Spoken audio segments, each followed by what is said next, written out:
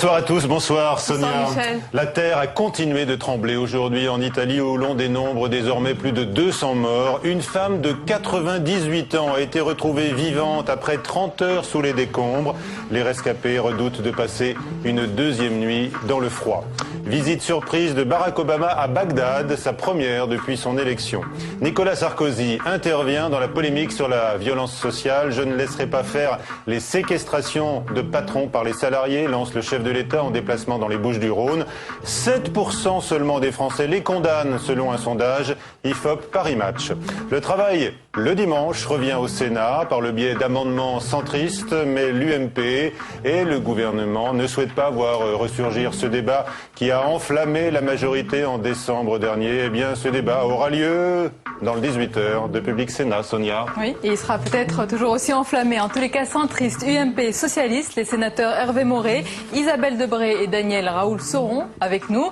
Et avant eux, notre invité du 18h, Édouard Balladur, qui a été auditionné tout à l'heure au Sénat sur les collectivités locales et qui nous livrera son avis sur la crise et sur les décisions du G20. C'est tout à l'heure. Et puis notez qu'à 18h45, Arnaud Montebourg, qui est chargé de la rénovation au Parti Socialiste, sera l'invité de Face à nous. C'est par le biais d'un amendement sur un texte concernant le tourisme que le débat sur le travail le dimanche ressurgit au Sénat. Oui, et après un report s'inédié fin décembre à l'Assemblée nationale, eh bien ce débat polémique fait son grand retour à la Haute Assemblée. 2 amendements centristes sont au cœur des débats. Les socialistes exigent leur retrait. Le groupe UMP au Sénat, divisé sur ce sujet, ne veut pas que le spectacle de division à l'Assemblée se reproduise. Delphine Gérard. La question du travail le dimanche fait son grand retour au Sénat, avec l'examen du projet de loi de développement et de modernisation du tourisme. Un amendement déposé par des sénateurs centristes vise à autoriser l'ouverture le dimanche des commerces situés en zone ou communes touristiques, comme par exemple à Paris. Objectif, relancer l'emploi dans un contexte de crise. On ne peut pas laisser si peu de zones touristiques avec l'ensemble des commerces ouverts le dimanche. Il n'y a pratiquement que les Champs-Élysées. Il faut étendre ces zones touristiques pour que le shopping, qui pour 60% des étrangers qui viennent à Paris, est la chose prioritaire. Donc il faut leur donner l'opportunité. Ça fait travailler nos entreprises. Alors je sais bien qu'il y a un débat plus général, mais moi je veux relancer ce débat. Le débat sur le travail du dimanche avait enflammé l'Assemblée nationale en décembre dernier. L'opposition avait déposé des milliers d'amendements. Au Sénat, la gauche estime que le travail dominical mérite un vrai débat de société et que Paris reste une destination touristique attractive. Paris est la ville la plus fréquentée au monde, la plus visitée au monde, donc c'est pas un handicap. Je pense que les Galeries Lafayette, le Printemps n'ont pas été ouverts le dimanche, ça fonctionne très bien, il y a des nocturnes et les touristes qui sont à Paris peuvent consommer, s'ils le veulent, à l'occasion de ces nocturnes. L'amendement sur le travail du dimanche, déposé par les sénateurs centristes, devrait être discuté demain au Sénat. Voilà, et à noter que le gouvernement soutient un autre amendement centriste, celui de Jean Arthuis. Cet amendement prévoit un durcissement de l'encadrement des rémunérations des patrons des sociétés aidées par l'État. Nicolas Sarkozy ne laissera pas faire les séquestrations de chefs d'entreprise. Oui, le chef de l'État s'exprimait lors d'un déplacement lors des Bouches-du-Rhône. Pourtant, 63% des Français disent comprendre ces actions, selon un sondage IFOP pour Paris Match. À Grenoble, les salariés de Caterpillar ont réalisé une opération péage gratuit et menacent la direction de nouvelles actions. Près de 6%, c'est la chute des prix dans l'immobilier en France. Et même pronostic pour 2009 avec une baisse de 5 à 10% selon la FNAIM. Les transactions, elles, ont diminué de 20%. L'avenir du Grand Paris est toujours en débat. Oui, les maires d'Île-de-France sont réunis pour 3 jours au Parc Floral de Vincennes. Au cœur des débats, bien sûr, la conception du Grand Paris. Les maires s'inquiètent notamment du poids des conseillers régionaux. Fabrice Cunet. Le cadre bucolique du parc floral pour une question épineuse. Quel visage pour le Grand Paris de demain? Édouard Balladur et son comité de réflexion le voient en superstructure administrative, levée de boucliers quasi unanime en région parisienne.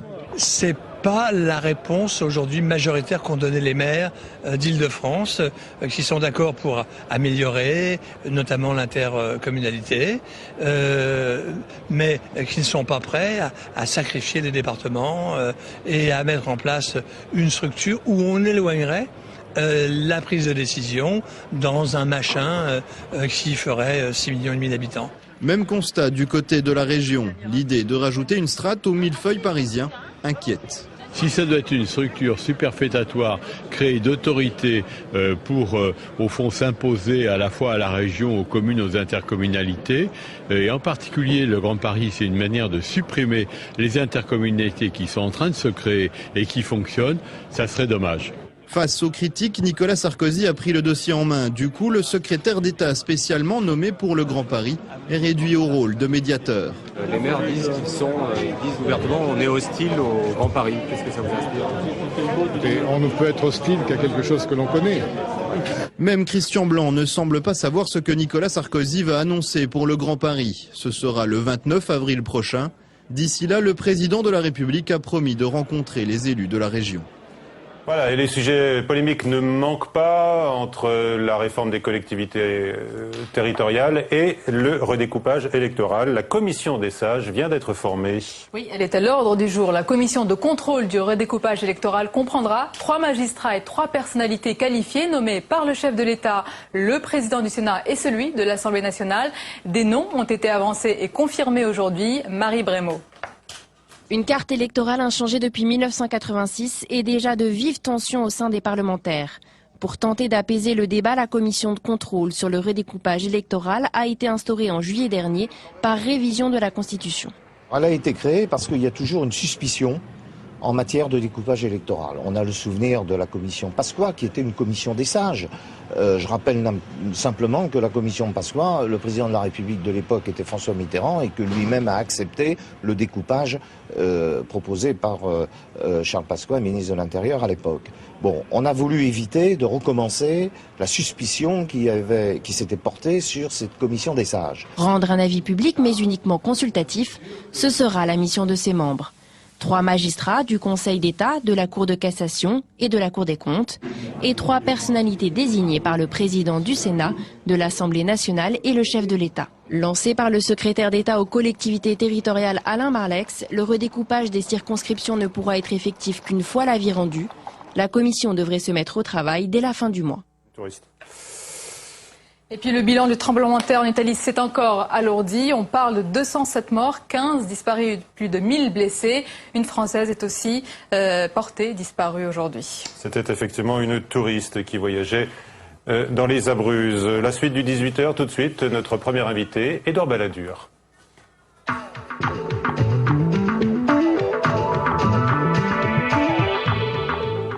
Édouard Balladur est donc l'invité du 18h. Monsieur le Premier ministre, bonsoir. Bonsoir. Merci d'être avec nous. Vous avez été auditionné aujourd'hui par le Sénat sur la réforme des collectivités territoriales, aux inquiétudes des élus sur l'avenir des départements et des communes. Vous avez pu mesurer également l'angoisse des élus locaux quant au financement des collectivités. J'ai été auditionné par la commission des finances du Sénat et donc le débat a porté essentiellement sur les finances locales et plus précisément encore sur les modalités qui permettraient de remplacer la taxe professionnelle qui est vouée à une extinction. Pas complètement, mais à disparaître en grande partie, puisqu'il restera une part foncière de la taxe professionnelle. Donc nous avons discuté de tout cela dans une atmosphère qui était extrêmement détendue et intéressante pour moi, et j'ai tenté de répondre aux questions et aux objections qui m'étaient faites. Alors, c'était une atmosphère détendue, mais il devait attendre des réponses, notamment sur la compensation de la taxe professionnelle. Qu'est-ce qui a été dit à ce sujet? Mais il a été dit ce qui est dit dans le rapport, c'est-à-dire que dans la mesure où la suppression de la taxe professionnelle constitue, une fois qu'on a fait toutes les additions et les soustractions, une perte de recettes de 8 milliards de francs pour les collectivités locales. D'euros, pardon. Il fallait absolument le compenser, qu'il n'était pas question que les collectivités locales subissent une perte de recettes équivalent à 4% de leurs recettes. Que d'autre part, il n'était pas question que ce soit l'État qui prenne à sa charge cette compensation, puisqu'il n'en a pas les moyens avec le déficit budgétaire actuel, et que donc il fallait envisager une nouvelle imposition pour remplacer la taxe professionnelle. Et sur quoi Sur la proposition que nous faisons, c'est d'augmenter la part foncière actuelle de la taxe professionnelle et de remplacer celle-ci, dans la mesure où elle est assise sur les investissements, par une taxation de la valeur ajoutée. C'est là-dessus qu'il y a eu une discussion, les uns approuvant et les autres s'opposant à un certain nombre de questions. Alors, mais on constate, à droite comme à gauche, que les impôts locaux augmentent. Apparemment, la crise a bon dos. Jusqu'où va aller cette hausse ? Ça, je ne sais pas. La crise à bon dos, vous savez, dans toute la mesure où une part des recettes des collectivités locales sont assises sur les transactions foncières. Et dans la mesure où il y a une baisse du prix de l'immobilier, où il y a une baisse de la quantité de biens vendus et achetés, il est évident que ça se répercute sur les recettes des collectivités locales. Il faut espérer que ça n'est que transitoire. Elles sont là, assez sensibles à la conjoncture, mais après tout, c'est le propre de recettes assises sur l'activité économique que d'être sensible à l'activité économique. Encore un mot sur la réforme des collectivités territoriales. Ensuite, on va vous interroger sur la crise et votre jugement sur les avancées obtenues au G20. Édouard Balladur, vous avez fait le déplacement le 1er avril au siège parisien des Verts. Face à cette réforme délicate, contestée, on le voit, il faut compter chaque voix de parlementaire. Oh non, c'était pas pour ça. Vous savez, on en a fait un événement, ça n'avait rien d'extraordinaire. Dans les auditions auxquelles le comité a procédé, il a demandé à une délégation de Verts de bien vouloir venir témoigner devant lui ce qu'elle a fait. Ça n'a pas fait un événement.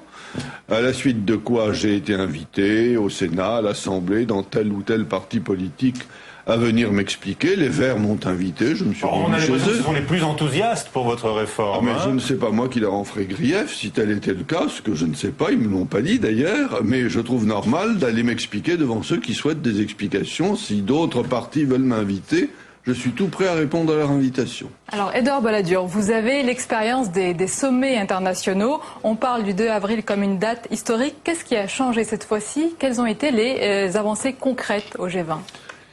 D'abord, je dois dire que le premier progrès, c'est qu'on se réunisse. Et qu'on se réunisse à 20 et non pas à 7, c'est-à-dire des pays qui représentent plus de 80% de la richesse produite dans le monde. Et ça, c'est grâce à la France et à l'insistance de Nicolas Sarkozy. Il faut lui en donner acte. C'est un premier élément. Deuxième élément, cette réunion est parvenue à des résultats. Des résultats sur la nécessité de contrôler les mouvements financiers dans le monde et les professions financières, des résultats sur la nécessité de lutter contre le protectionnisme, des résultats sur le fait que l'on a harmonisé quelque peu les plans de relance des uns et des autres. Sans en rajouter en la matière. Sans en rajouter. Vous le déplorez? Non. Je vous répondrai là-dessus dans un instant. Donc c'est des résultats positifs. Cela étant, tout n'est pas fait. Encore il faut deux choses. Il faut d'abord que l'on applique les nouvelles réglementations dont on a décrit la nécessité. Je voudrais vous dire quelque chose. Il y avait des organismes chargés de contrôler les mouvements financiers dans l'Europe ou dans le monde avant. Oui, c'est pas nouveau. N'empêche qu'il y a eu les subprimes, il y a eu la titrisation des subprimes, il y a eu l'affaire Madoff. Autrement dit, ça n'a pas empêché. C'est très bien d'inventer de nouvelles réglementations. Il faudra veiller à ce qu'on les applique. Premier point. Et deuxième point, je termine.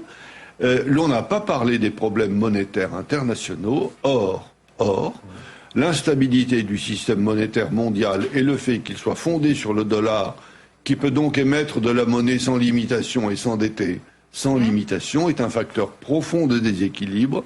Et il faudra qu'on remédie à ce problème. Édouard Balladur, il y a semble-t-il d'autres déséquilibres ou en tous les cas peut-être un décalage entre la satisfaction et parfois même l'euphorie de certains dirigeants après ce sommet du G20 et ce qu'on voit tous les jours, c'est-à-dire les fermetures d'usines et j'allais dire les gens qui souffrent en France et ailleurs. Je ne pense pas qu'il y ait d'euphorie où que ce soit, mais vous savez, c'est pas parce qu'on se réunit à 24 heures que comme par miracle, l'activité revient, l'emploi revient et les difficultés disparaissent. Nous sommes dans une crise qui est une crise profonde, qui est sans doute la plus grave de celle que nous ayons eue depuis longtemps. Moi, je peux en parler parce que lorsque j'ai été Premier ministre, j'ai connu la crise la plus grave depuis la guerre. Bon, donc ce sont des choses qui peuvent arriver. Mais celle-ci l'est encore plus. Elle l'est davantage. Le problème, c'est d'en sortir maintenant. Et c'est de prendre les mesures nécessaires. Le gouvernement a fait un plan de relance. Il s'est dit ouvert à prendre éventuellement de nouvelles mesures. Je vais vous donner ma conviction. Selon ma conviction, il faut sans doute accroître l'effort pour aider à l'investissement, à la modernisation et la productivité des entreprises. C'est comme ça que nous en sortirons. Et pas la consommation pour le moment. Mais la consommation, elle est grâce à notre système social européen, il faut le dire, et français en particulier, elle est garantie pour l'essentiel, pour l'instant en tout cas. Mais ce qui est très important, c'est que nous puissions bénéficier tout de suite d'une reprise de la croissance mondiale. Regardez les prévisions. que font les organismes internationaux. La croissance risque de reprendre. Parle de 2010, vous êtes d'accord? Oui, il risque de reprendre en Asie et beaucoup moins en Europe. Eh bien, il faut qu'elle reprenne en Europe également et en France en particulier. Et sur la date, Monsieur Balladur, 2010, ça je ne sais pas. Écoutez, j'ai pas les éléments pour juger. Je pense que je fais confiance dans une certaine mesure aux organismes internationaux. 2010, si c'est le cas, je m'en réjouirai. Vous avez dénoncé il y a un instant les dérèglements financiers qui ont amené à cette crise. Vous avez cité les subprimes. Que dites-vous des excès en matière de rémunération des grands dirigeants? On sait que la polémique est vive actuellement en France, notamment sur les stock options, avec le texte du gouvernement que veulent corriger d'ailleurs les parlementaires. Je pense que c'est un élément, effectivement, qui contribue à une certaine démoralisation de l'opinion publique. Il ne faut pas en tirer profit, si j'ose dire, ou prétexte plutôt, pour critiquer tous les chefs d'entreprise, mais il est vrai, chez les mandataires sociaux de quelques grands groupes privés cotés en bourse, des excès manifestes.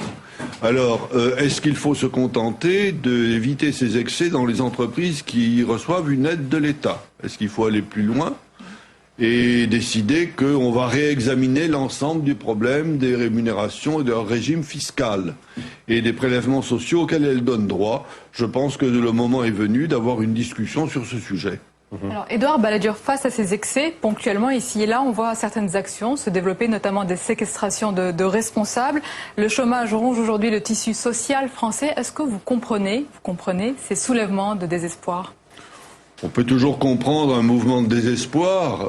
Pour autant, je n'approuve pas la violence, quelle qu'en soit l'origine et quels qu'en soient les motifs et quelles qu'en soient les victimes. Je ne vois pas pourquoi quelqu'un pourrait être détenu parce qu'il est chef d'entreprise. Je pense que si le même chef d'entreprise se mêlait de détenir un salarié, on le condamnerait et que tout le monde serait unanime. C'est assez rare, hein? Eh bien, oui, écoutez, il ne faut pas porter atteinte aux droits élémentaires de la personne. Et je suis partisan de respecter la loi. Je comprends l'angoisse de ceux qui perdent leur emploi. Je pense que les pouvoirs publics doivent faire tout ce qu'ils peuvent pour leur venir en aide, peut-être accroître justement. Plutôt que de parler de consommation, je préférerais qu'on parle d'aide supplémentaire à la formation professionnelle et à l'aide aux chômeurs, ce qui serait très important pour une période en tout cas de difficulté, qui peut durer des mois et peut-être même un an, ou qui sait davantage. Ça, je le comprends très bien. Mais pour autant, ça ne doit pas justifier des mouvements d'atteinte aux libertés des personnes. En tous les cas, cette crise, Édouard Balladur, montre le retour de l'État. Vous qui aviez initié en France une politique économique libérale. Aujourd'hui, par exemple, on s'aperçoit que BNP Paribas, la banque que vous aviez privatisée, a comme premier actionnaire l'État. Comment est-ce que vous réagissez? Je réagis de la façon la plus simple. D'abord, je permets de vous rappeler que j'ai sans cesse dit que le libéralisme, c'était pas l'anarchie. Oui. C'était pas l'absence de règles, et qu'il fallait des règles, et qu'il fallait les respecter. Ouais, mais vous aviez critiqué dans le même temps l'État, et la présence de l'État dans l'économie. Oui, mais bien entendu, et je persiste à dire que dans une économie qui fonctionne normalement, il est bon que l'État réduise ses interventions au minimum nécessaire. Aujourd'hui, il se trouve que le minimum nécessaire est plus important que ce qu'il était hier. Et pour autant, je suis toujours partisan de l'économie libérale.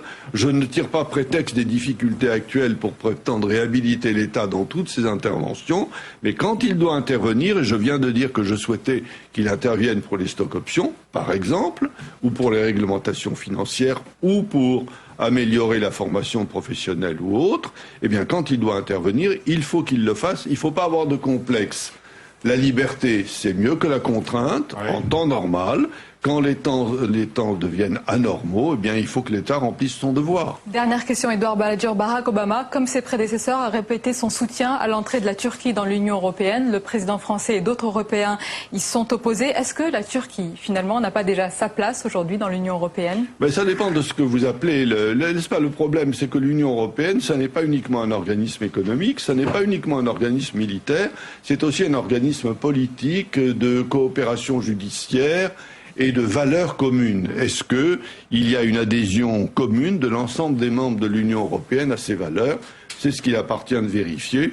Moi, je considère que ce n'est pas le moment d'évoquer ce problème. Très bien, merci Édouard Balladur. Je ne me risque pas en disant que vous êtes favorable au travail le dimanche.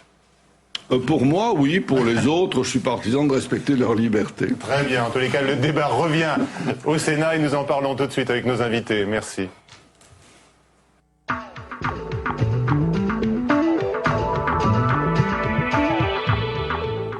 La suite du 18h avec le travail dominical qui fait son grand retour au Sénat. Avec nous pour en parler, le centriste Hervé Maurey, auteur de l'un des 2 amendements qui fait débat, Isabelle Debré, UMP, et le socialiste Daniel Raoul. Bonsoir. Alors Hervé Maurey, d'abord, expliquez-nous un petit peu votre démarche, car vous arrivez un petit peu masqué, vous profitez d'un débat autour d'un texte sur le tourisme pour ramener le sujet du travail le dimanche, c'est bien cela ? Je n'arrive pas du tout masqué. On est en train de débattre au Sénat d'un projet de loi qui s'appelle « Modernisation et développement des services touristiques ».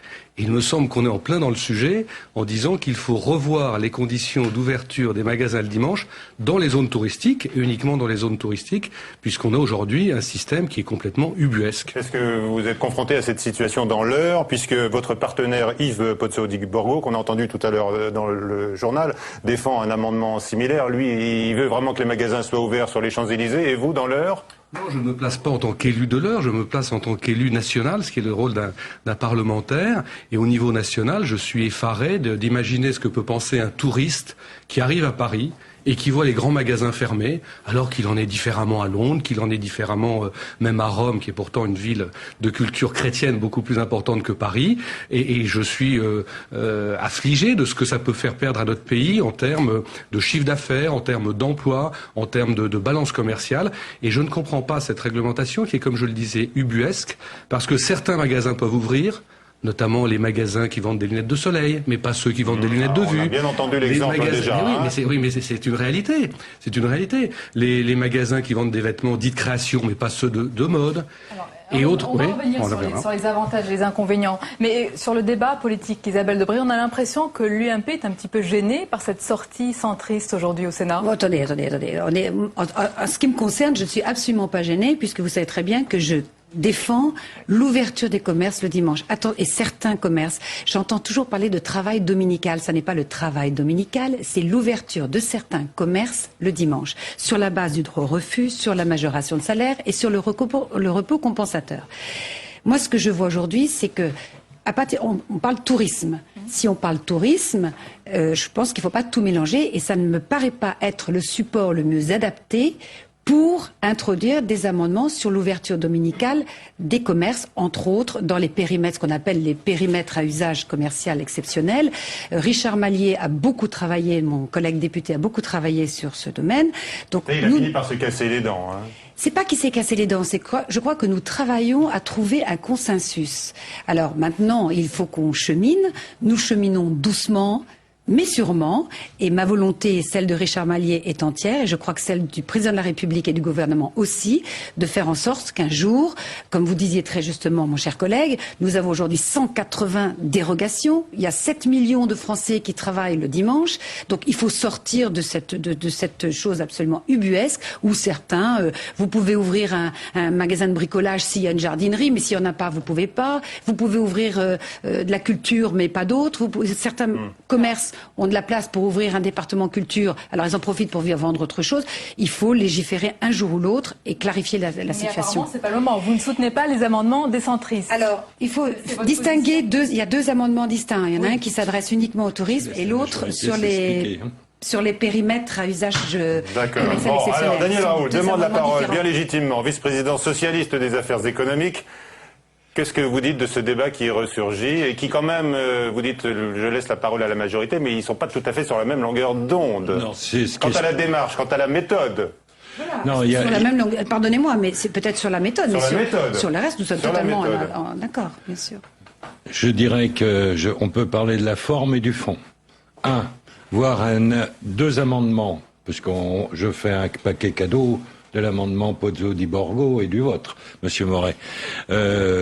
Arriver par la fenêtre alors que la porte a été fermée au mois de décembre sur la proposition de loi Maillet, je trouve ça un peu raide sur la forme. Et en tous les cas, c'est qu'il n'y avait pas une majorité à l'Assemblée nationale pour faire évoluer pour le moment le texte sur le travail dominical.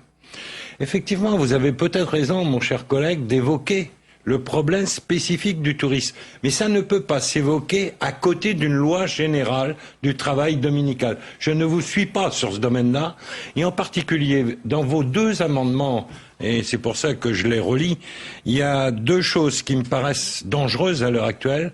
1, vous dites la référence à une ou des périodes d'activité touristique, donc je reprends bien vos termes, ce qui conduit en fait à contrario, à une dérogation permanente. Ça, c'est le premier point qui est commun aux 2 amendements.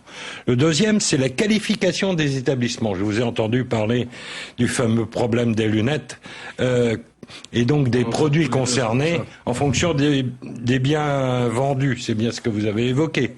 Et définis comme des activités liées aux loisirs, etc. Je vous dis que vos 2 amendements sont une attaque frontale, et je l'ai dit en commission, 2 amendements provocateurs par rapport à un débat qui doit avoir lieu, mais en présence des forces syndicales en particulier, que ce soit patronales ou ouvrières, et on doit trouver un texte d'équilibre. Je le dis qu'il y a un problème qui n'est pas résolu avec les dérogations. Je vous l'ai dit Madame Debré, je vous l'ai déjà dit au mois de juillet dans le cadre de la loi LME, mais il faut qu'on trouve un chemin, et peut-être un chemin touristique d'ailleurs, et non pas des zones touristiques. Justement, Hervé Moret, est-ce que vous n'êtes pas d'accord pour dire que c'est un grand débat de société, c'est un choix de société? Est-ce qu'il faut vraiment passer peut-être en catimini avec 2 amendements? Encore une fois, c'est pas passer en catimini. Je crois qu'il faut faire la distinction entre les 2 amendements. Il y a un amendement que j'ai déposé en tant que premier signataire qui est limité aux zones touristiques. Et au contraire, l'amendement de mon collègue Yves Pozzo-di-Borgo, c'est un amendement qui concerne l'ensemble des grandes zones urbanisées. Encore une fois, si, quand on parle de modernisation et de développement du tourisme, on ne peut pas parler de cette question, c'est qu'il y a vraiment des sujets tabous dans notre pays. Je donnais tout à l'heure... Vénissieux est une zone touristique de première catégorie. Mais Vénissieux n'est pas visé par mon amendement. 1 million d'habitants. Mon amendement mentionne uniquement les villes touristiques, et les villes touristiques, ça a un sens. C'est-à-dire les villes qui sont classées comme des stations touristiques, et donc ça renvoie absolument pas à des exemples comme celui que... L'urgence, c'est qu'on débat de développement des services touristiques. Dès lors qu'on parle de développement et de modernisation du tourisme, comment peut-on se voiler la face sur ce sujet? Encore une fois, moi, je suis affligé pour mon pays quand je pense à ces touristes qui découvrent les grands magasins qui sont fermés. Et quand vous voyez un magasin de luxe mondialement connu, que je ne citerai pas, qui représente une véritable attractivité touristique pour le tourisme de haut de gamme, que l'on a obligé à fermer le dimanche, mais dans quel pays est-on? Même Monsieur Raoul reconnaît que c'est absurde, et ça n'est que parce qu'il a, et ça n'est qu'au nom du dogme socialiste qu'il est contre cet amendement. Les dogmes, mais sur le fond, on sait très bien qu'on est dans une situation tout à fait ubuesque, et ce que je propose, c'est de la réformer, c'est tout. Je pense qu'effectivement, il y a sans doute un chemin à trouver. Je disais des chemins touristiques et non pas des villes touristiques. Et dans les villes touristiques, il y a certainement des endroits qui ne méritent pas d'ouvrir le dimanche, etc. Isabelle Debré, plus généralement, est-ce que par ce travail du dimanche, est-ce qu'on répond aujourd'hui au vrai problème du pouvoir d'achat des Français? Ce qui les préoccupe en premier. Écoutez, depuis que je me suis saisie de ce dossier, je peux vous dire, et ça va peut-être vous étonner, je ne reçois que des lettres d'encouragement à continuer. Je reçois beaucoup de lettres d'étudiants. Si vous regardez sur les Champs-Élysées, il y a une grande surface où les étudiants sont payés 300%. Donc 3 fois le prix normal. Ils n'ont plus à travailler la nuit et ils n'ont plus à louper leurs cours. Premièrement, vous avez beaucoup de femmes seules avec enfants qui me disent « mais moi, j'ai besoin de ça. Le dimanche, je n'ai pas de frais de garde, je trouve toujours quelqu'un, ma famille, etc. Je veux travailler le dimanche. J'ai un jour en plus. Je suis le mercredi avec mes enfants et je travaille et je gagne double, voire plus, parce que moi j'ai jamais parlé de doublement de salaire, je parle de majoration de salaire, parce que à partir du moment où il y a accord, ça peut être double, ça peut être triple, ça peut être ce qu'on veut à partir du moment où tout le monde est d'accord. J'insiste sur le droit au refus, sur le repos compensateur, ça c'est très important. Vous travaillez le dimanche, vous avez 2 jours de repos. Je vois vraiment pas pourquoi aujourd'hui. Écoutez, on a encore assisté, il n'y a pas longtemps, à des gens qui sont dans la rue, qui revendiquent, qui manifestent, qui bloquent des rues, qui bloquent une autoroute, qui bloquent tout ça pour pouvoir travailler le dimanche. Enfin, vous vous rendez compte des gens qui manifestent, qui hurlent parce qu'on va fermer leur magasin et qui veulent travailler le dimanche. Moi, j'avoue que je comprends pas. Je comprends pas qu'on empêche les gens de travailler. Daniel, Raoul, les socialistes, toute la gauche s'est retrouvée avec les centristes récemment pour voter l'amendement de Jean Arthuis sur l'encadrement des stock options. Est-ce qu'on peut imaginer pareil scénario sur le travail ou l'ouverture des magasins le dimanche?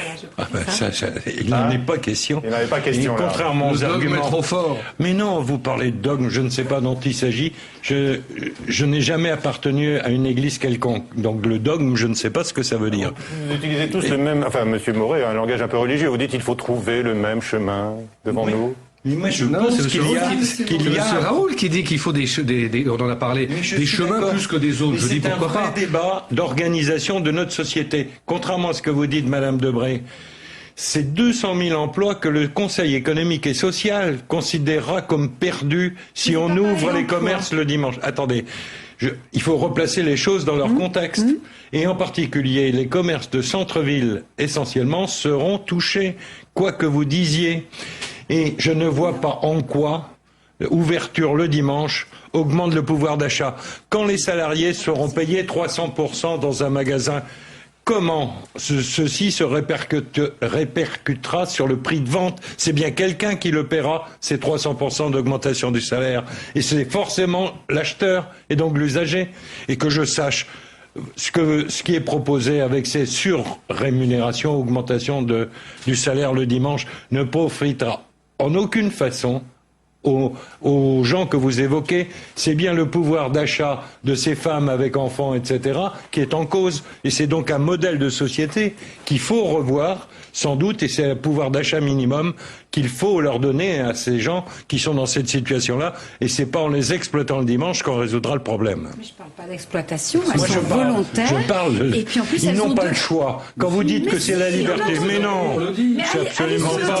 Il est clairement dit que... Je suis allée plusieurs fois, je vous assure, j'y vais régulièrement. Je n'ai jamais rencontré quelqu'un qui m'a dit on me force à travailler le dimanche. Mais jamais, je vous assure. Allez, je sais pas, moi je suis pas allée à plan de campagne. Il y a beaucoup de jeunes étudiants qui sont volontaires, mais dans d'autres entreprises, parce qu'il y a peut-être là beaucoup effectivement d'étudiants qui sont volontaires pour gagner de l'argent. Non, parlez pas d'étudiants, les étudiants sont totalement volontaires. Alors ça, il y en a pas un qu'on va obliger. Je parlais, non, ça c'est évident. Je parlais des femmes seules avec enfants. Moi, elles me disent, moi je préfère rester mon mercredi et mon samedi avec mes enfants. Je vais travailler le dimanche, je vais avoir 2 jours de repos. Et en plus, je suis payée. Est-ce qu'il n'y a pas un risque pour celles qui ne suivent pas la cadence, effectivement, qui refuseraient de travailler le dimanche? Parce qu'il y a toujours une pression. Mais attendez, je crois que... Écoutez, on ne perd jamais à donner plus de liberté. En revanche, ça, vous avez parfaitement raison. À partir du moment où il y aurait des gens qui exagéreraient, là, il faut que les sanctions soient drastiques. Ça, je suis entièrement d'accord. Mais on ne perd jamais dans notre pays à donner plus de liberté. On encadre la liberté et on sanctionne le dérapage. Isabelle Debré, quand on regarde les sondages, on voit que les Français sont pour la liberté dans leur grande majorité. À 55%, ils sont pour l'ouverture des magasins le dimanche. Oui. Mais dans cette même majorité, ils ne sont pas pour aller travailler le dimanche. Mais vous savez très bien que mais on ne forcera personne à aller travailler le dimanche. Mais Madame Debré, je reprends votre exemple de cette femme seule avec ses enfants. Si elle avait les courriers, Monsieur Raoult, vous seriez étonné. Non, mais vous enlevez le thé dans mon nom. Si. Pardon, je vous dis, Monsieur Raoult. Excusez-moi. Si cette femme, avec ses enfants, avait la liberté de rester chez elle le mercredi, si elle avait le pouvoir financier de faire ce choix, êtes-vous sûr qu'elle travaillerait le dimanche réellement? Monsieur Raoult, peut-être aussi si on leur donnait absolument tout et de ne pas travailler du tout. Mais nous sommes en période de crise et il est impossible. Aujourd'hui, vous le savez très bien, soyons réalistes, pragmatistes et avec un peu de bon sens. On ne peut pas faire ce que vous demandez. Vous Alors expliquez-moi comment le comité économique et social, dans son étude et qu'elle a rendue, explique qu'il y aura 200 000 emplois de supprimés. Non. Expliquez-moi le solde. Non. Et si vous regardez, elle a aussi dit que l'activité économique s'en porterait mieux. Donc regardez tout le rapport. Mais il faudrait beaucoup de temps.